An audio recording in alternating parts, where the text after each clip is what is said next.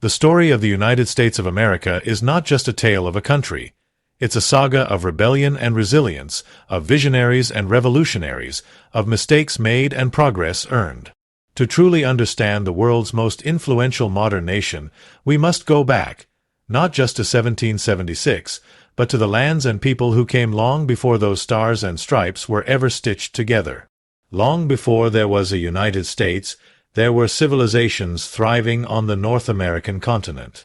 From the ancestral Puebloans in the Southwest to the Mississippian culture centered around Cahokia in modern-day Illinois, Native American tribes cultivated land, developed complex societies, traded, and built monumental structures. The Iroquois Confederacy, a sophisticated political alliance in the Northeast, would even inspire future American democratic principles. These societies had rich cultures, oral histories, spiritual beliefs, and intricate relationships with the environment. When European settlers eventually arrived, they didn't discover a new world.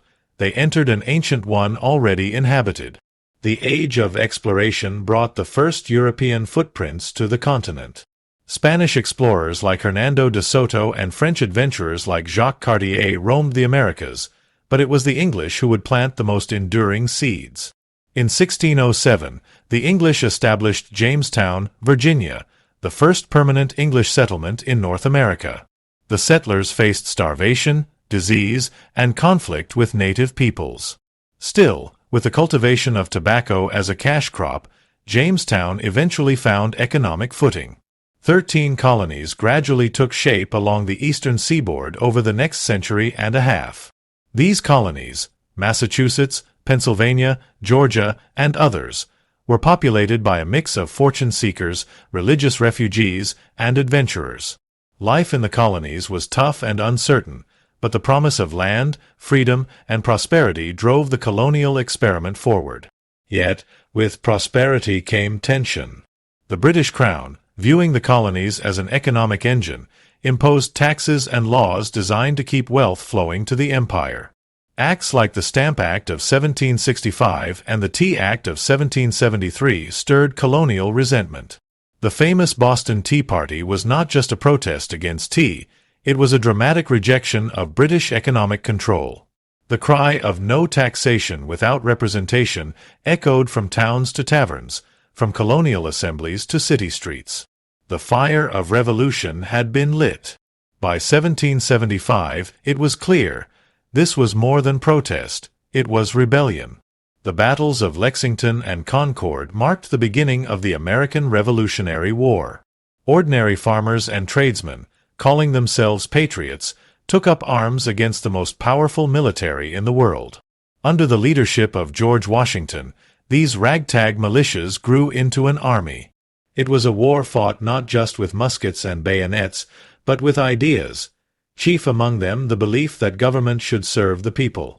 On July 4, 1776, the Continental Congress adopted the Declaration of Independence, penned by Thomas Jefferson. With its now famous line that all men are created equal, the document boldly asserted the colony's right to break from Britain. But the war was far from over. Years of brutal fighting followed, with key victories at Saratoga and Yorktown turning the tide. With help from France and a burning desire for self-determination, the colonies won their independence in 1783. But what now? Winning independence was one thing, governing a new nation was another. The first attempt, under the Articles of Confederation, proved too weak. There was no president, no power to tax, and no real unity among the states. In 1787, a constitutional convention convened in Philadelphia. The result? The United States Constitution, a revolutionary document that established a system of checks and balances, separated powers, and laid the foundation for a representative republic. Ratified in 1789, it was, and remains, a living document that adapts with time. George Washington, unanimously elected the first president of the United States, set many precedents. Serving only 2 terms, establishing a cabinet, and emphasizing neutrality in foreign affairs. As the 1790s progressed, the young nation faced internal strife and external threats. Political parties emerged, Federalists like Alexander Hamilton pushing for a strong central government and economic modernization, while Democratic Republicans like Thomas Jefferson advocated for agrarian values and states' rights. The 19th century ushered in dramatic expansion. With the Louisiana Purchase in 1803, the U.S. doubled in size overnight. Jefferson had bought over 800,000 square miles of land from France for $15 million, and suddenly, Americans dreamed of a continent-spanning nation. Lewis and Clark were sent west to map and explore the new territory, encountering native tribes, rugged landscapes, and a new sense of national destiny. But this manifest destiny, the belief that the United States was destined to expand coast to coast, came with consequences. Native American tribes were systematically displaced. Treaties were made and broken. Wars were fought. Cultures were destroyed. The Trail of Tears, in which thousands of Cherokee were forcibly removed from their lands and marched westward, was a tragic symbol of this brutal expansionism. As the country grew, so did the divides, economic, cultural, and especially moral. Chief among these was slavery.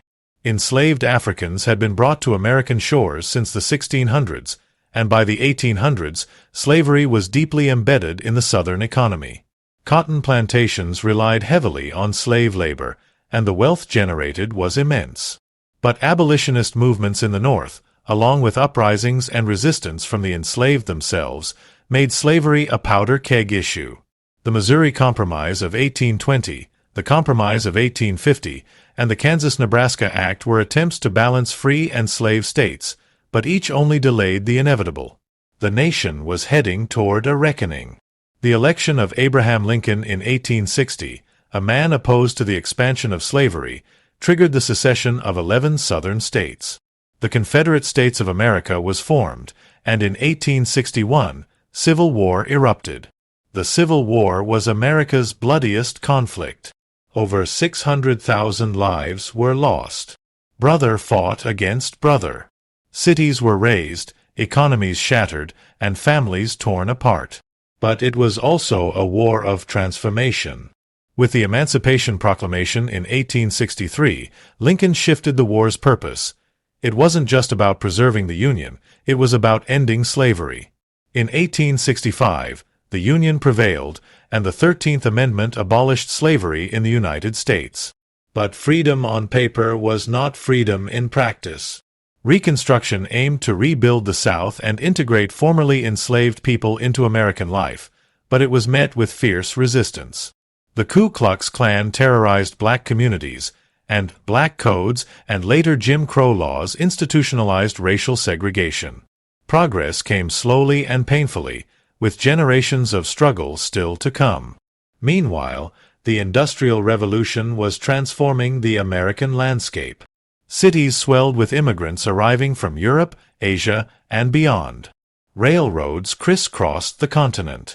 Steel mills, factories, and oil rigs sprang up, fueling an economy that would soon rival any in the world. Titans of industry like Andrew Carnegie, John D. Rockefeller, and J.P. Morgan amassed vast fortunes, while workers toiled in grueling conditions. The Gilded Age glittered with wealth on the surface, but was riddled with inequality underneath. By the turn of the 20th century, the United States was no longer a fledgling republic, it was a global power in the making. But with great power came great challenges, and the 20th century would test America's ideals and identity in unprecedented ways. As the 20th century dawned, America stood at a crossroads. The country had transformed from a fractured post-war nation into an industrial giant. Immigration surged. Millions of people from Italy, Ireland, Poland, China, and other parts of the world poured into American cities through Ellis Island and Angel Island. They came in search of opportunity, but often found overcrowded tenements, dangerous factory jobs, and fierce discrimination. Yet they also brought vibrant cultures, languages, and traditions that would weave into the diverse fabric of American society. Politically, the progressive era emerged in response to the excesses of industrial capitalism. Reformers like Theodore Roosevelt pushed for antitrust laws to break up monopolies, food and drug regulations to protect consumers, and conservation measures to preserve America's natural beauty. Muckraking journalists exposed the horrors of child labor, unsanitary meatpacking plants, and corrupt political machines. Women like Jane Addams and Ida B. Wells fought for social justice, while the suffragists demanded the vote, an effort that would culminate in the 19th Amendment in 1920, granting women the right to vote. But even as the nation wrestled with its internal challenges, global storms were brewing. In 1917, the United States entered World War I, joining the Allies in a brutal conflict that had already devastated Europe. American soldiers, nicknamed doughboys, fought in trenches, braved chemical warfare, and helped tip the balance of the war. Over 100,000 Americans died. When the war ended in 1918, President Woodrow Wilson pushed for a League of Nations, a precursor to today's United Nations. But isolationist sentiment at home rejected it, and the U.S. retreated into a decade of economic boom and cultural change. The 1920s, nicknamed the Roaring Twenties, was a time of jazz, speakeasies, flappers, and consumerism. Radios, automobiles, and motion pictures transformed daily life. Cities like New York and Chicago thrived, and figures like Louis Armstrong, F. Scott Fitzgerald, and Charlie Chaplin captured the spirit of the age. But beneath the glamour, the stock market teetered on the edge of collapse. Then came 1929. The stock market crash that October plunged the nation into the Great Depression. Banks failed. Businesses closed. 1 in 4 Americans was unemployed. Bread lines stretched down city blocks, and dust storms ravaged the farmlands of the Great Plains. It was the worst economic crisis in American history. In 1932, Franklin Delano Roosevelt was elected president. His New Deal programs aimed to revive the economy, reform the financial system, and provide relief to suffering Americans. Agencies like the WPA, CCC, and Social Security Administration were born. Roosevelt's fireside chats, radio broadcasts that spoke directly to the American people, offered reassurance during uncertain times. While the New Deal didn't end the Depression entirely, it redefined the relationship between the government and the people. Then came another war, this time bigger than before. In 1941, after the surprise Japanese attack on Pearl Harbor, the United States entered World War II. Overnight, factories converted to produce tanks and planes. Men enlisted by the millions. Women filled the workforce. Rosie the Riveter became a national icon. The war effort united Americans across race, class, and gender, even as segregation and inequality persisted. Over 400,000 Americans lost their lives in the conflict, but the U.S. emerged from World War II as a superpower, its economy intact and its influence vast. Yet victory came at a terrible cost. In 1945, to force Japan's surrender, the United States dropped atomic bombs on Hiroshima and Nagasaki, the first and only use of nuclear weapons in warfare. The devastation was immediate and horrific.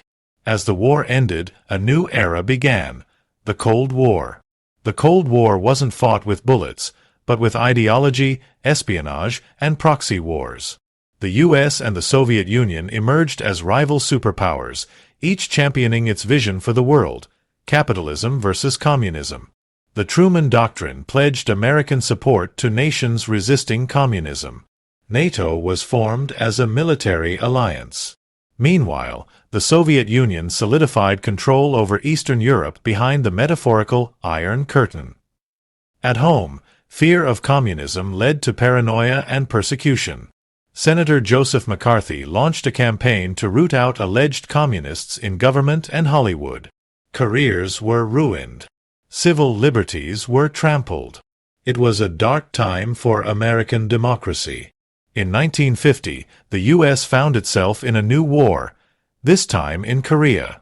North Korea, backed by China and the USSR, invaded the South. American troops intervened under a United Nations mandate. The war ended in a stalemate in 1953, with the Korean peninsula still divided today. The Cold War was far from over. But while America faced external threats, the internal battle for equality reached a turning point. In 1954, the Supreme Court ruled in Brown v. Board of Education that racial segregation in public schools was unconstitutional. This landmark case ignited the civil rights movement. Across the South, brave individuals, many just children, faced violence and hatred for demanding the most basic rights. Dr. Martin Luther King Jr. emerged as a national leader, preaching nonviolence and unity. Rosa Parks refused to give up her seat. Protesters marched in Selma and Washington. The Civil Rights Act of 1964 and the Voting Rights Act of 1965 were passed, outlawing segregation and protecting voting rights. Yet the road was not smooth. Cities erupted in riots. Leaders were assassinated. Racism, both overt and systemic, persisted. The 1960s were a time of upheaval and transformation. The Vietnam War divided the country. Young Americans protested in the streets. Counterculture movements questioned traditional values. John F. Kennedy inspired a generation with talk of a new frontier, only to be gunned down in 1963. Lyndon Johnson's Great Society programs sought to eliminate poverty and racial injustice, expanding education, healthcare, and civil rights.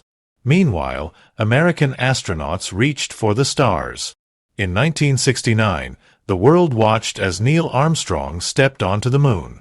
"That's one small step for man, one giant leap for mankind," he said, as millions watched in awe. It was a moment of unity in a decade defined by division. And yet, as the nation entered the 1970s, new challenges would arise: political scandal, economic turmoil, and global uncertainty.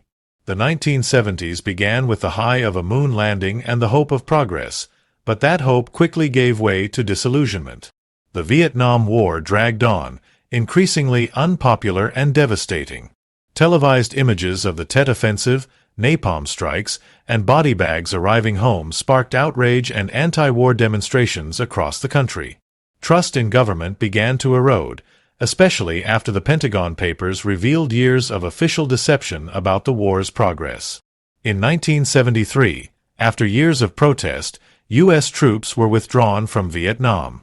But 2 years later, in 1975, Saigon fell to communist forces. America had lost its first war, a sobering and humbling moment that reshaped military policy and national identity. Then came Watergate. In 1972, a break-in at the Democratic National Committee headquarters at the Watergate complex in Washington, D.C., set off a chain of investigations that would ultimately reach the White House. As journalists Bob Woodward and Carl Bernstein uncovered a web of corruption and abuse of power, the American public learned that President Richard Nixon had been involved in the cover-up. Facing near-certain impeachment, Nixon resigned in 1974, the first and only U.S. president to do so. Trust in the presidency was shattered, and the phrase, "I am not a crook," became an ironic emblem of the era. Meanwhile, the economy stumbled. The oil embargo of 1973 triggered fuel shortages and long gas lines. Inflation soared. Unemployment rose.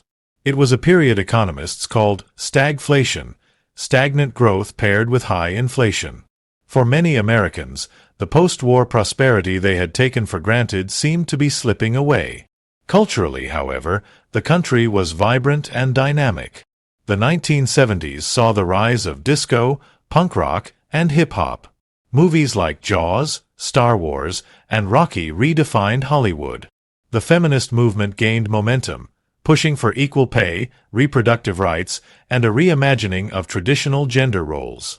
Title IX helped open doors for women in sports and education. America was changing, not always easily, not always peacefully, but undeniably. As the 1980s began, a new figure rose to national prominence: Ronald Reagan.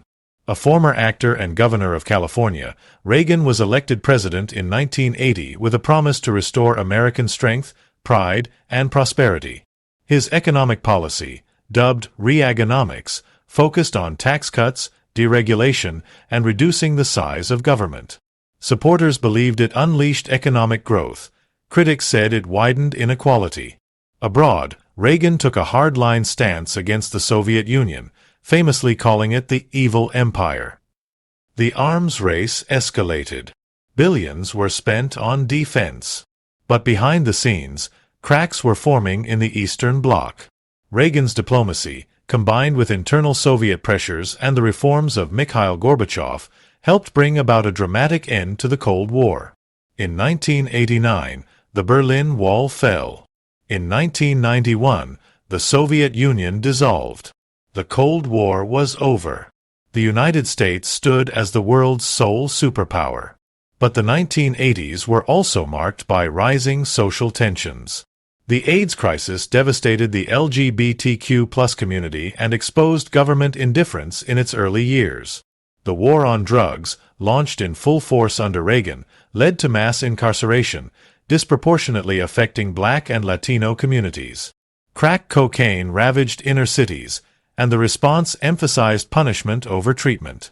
The 1990s, under President George H.W. Bush and then Bill Clinton, were defined by rapid technological change and economic expansion.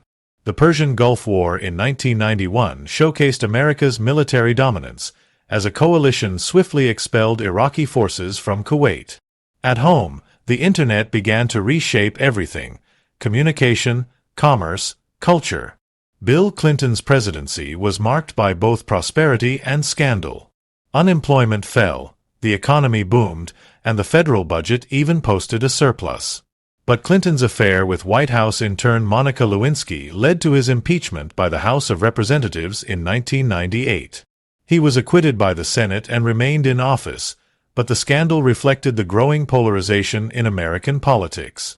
As the new millennium approached, there was a sense of optimism. The Cold War was over. The economy was strong. Technology promised to connect and empower. But that hope would be shattered on a single morning in September. On September 11, 2001, the United States was attacked by Al-Qaeda terrorists who hijacked 4 commercial airplanes. 2 were flown into the World Trade Center towers in New York City. 1 struck the Pentagon. The 4th, United Flight 93, crashed in Pennsylvania after passengers fought back. Nearly 3,000 people were killed in the deadliest terrorist attack in U.S. history. The nation was shocked, grieving, and changed forever. President George W. Bush declared a war on terror. The U.S. invaded Afghanistan in 2001 to dismantle Al-Qaeda and remove the Taliban from power. In 2003, the U.S. invaded Iraq, citing concerns over weapons of mass destruction and links to terrorism, neither of which were ever proven. The war dragged on for years, costing thousands of lives and billions of dollars. Meanwhile, security at home tightened dramatically. The Department of Homeland Security was created, and surveillance increased. Despite war and recession, the 2000s also brought historic progress. In 2008, Americans elected Barack Obama, the nation's first black president. His campaign of hope and change inspired millions.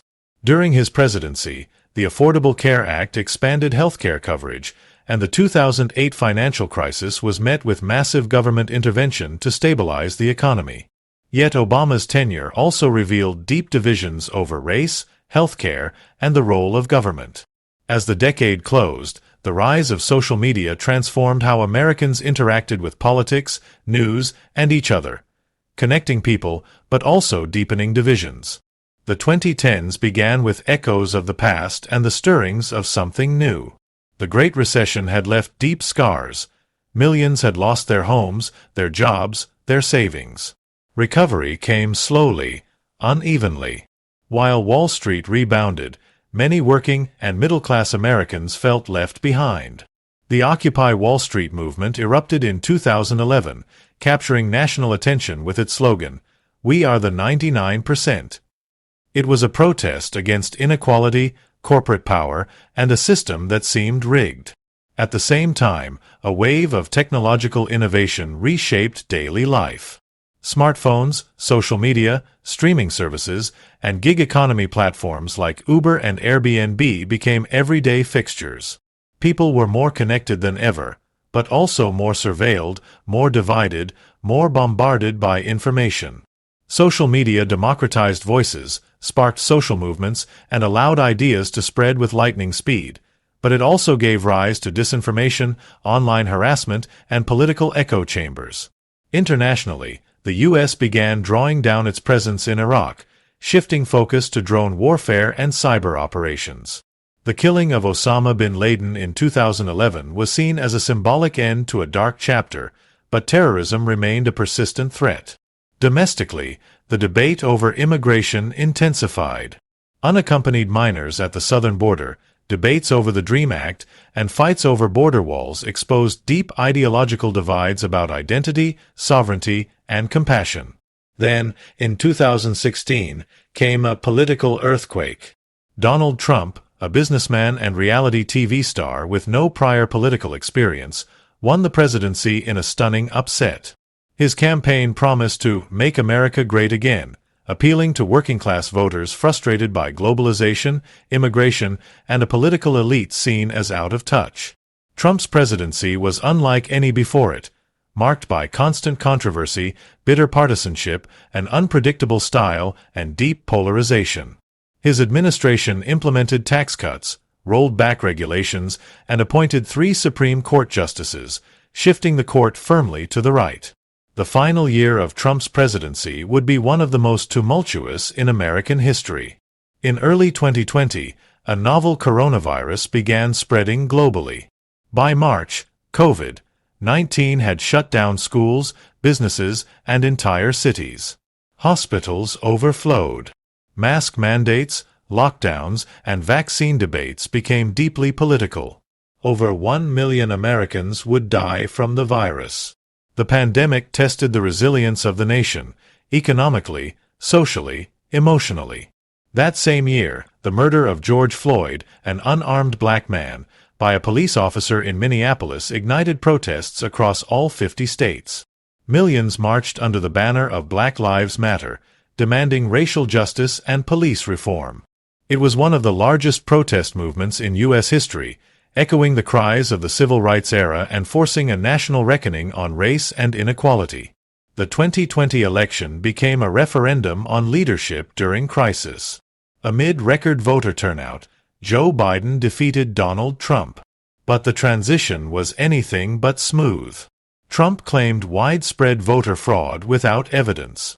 His rhetoric culminated in the events of January 6, 2021, when a violent mob stormed the U.S. Capitol, attempting to overturn the election results. The nation watched in horror as a cornerstone of democracy was attacked from within. Biden took office promising unity, healing, and a return to stability. His administration passed sweeping COVID relief legislation, infrastructure investment, and worked to restore international alliances. But the divisions in American society, political, racial, cultural, remained sharp. In 2022, the Supreme Court overturned Roe v. Wade, ending federal protections for abortion rights and sending the issue back to the states. The ruling reignited fierce debates over personal freedoms, state authority, and the role of religion in public life. By the mid-2020s, America faced a complex, often contradictory identity. It was a land of immense opportunity and deep inequality, of innovation and instability, of freedom and friction. Climate change loomed as an existential challenge, as wildfires, hurricanes, and droughts became more severe and more frequent. Political discourse had grown bitter, and trust in institutions, government, media, education, was at historic lows. And yet, the American story was far from over. Through every challenge, from revolution to civil war, from depression to global conflict, from assassinations to pandemics, America had endured. Not perfectly, not without pain or failure, but through reinvention, resistance, and renewal. The history of the United States is not just a tale of presidents and wars.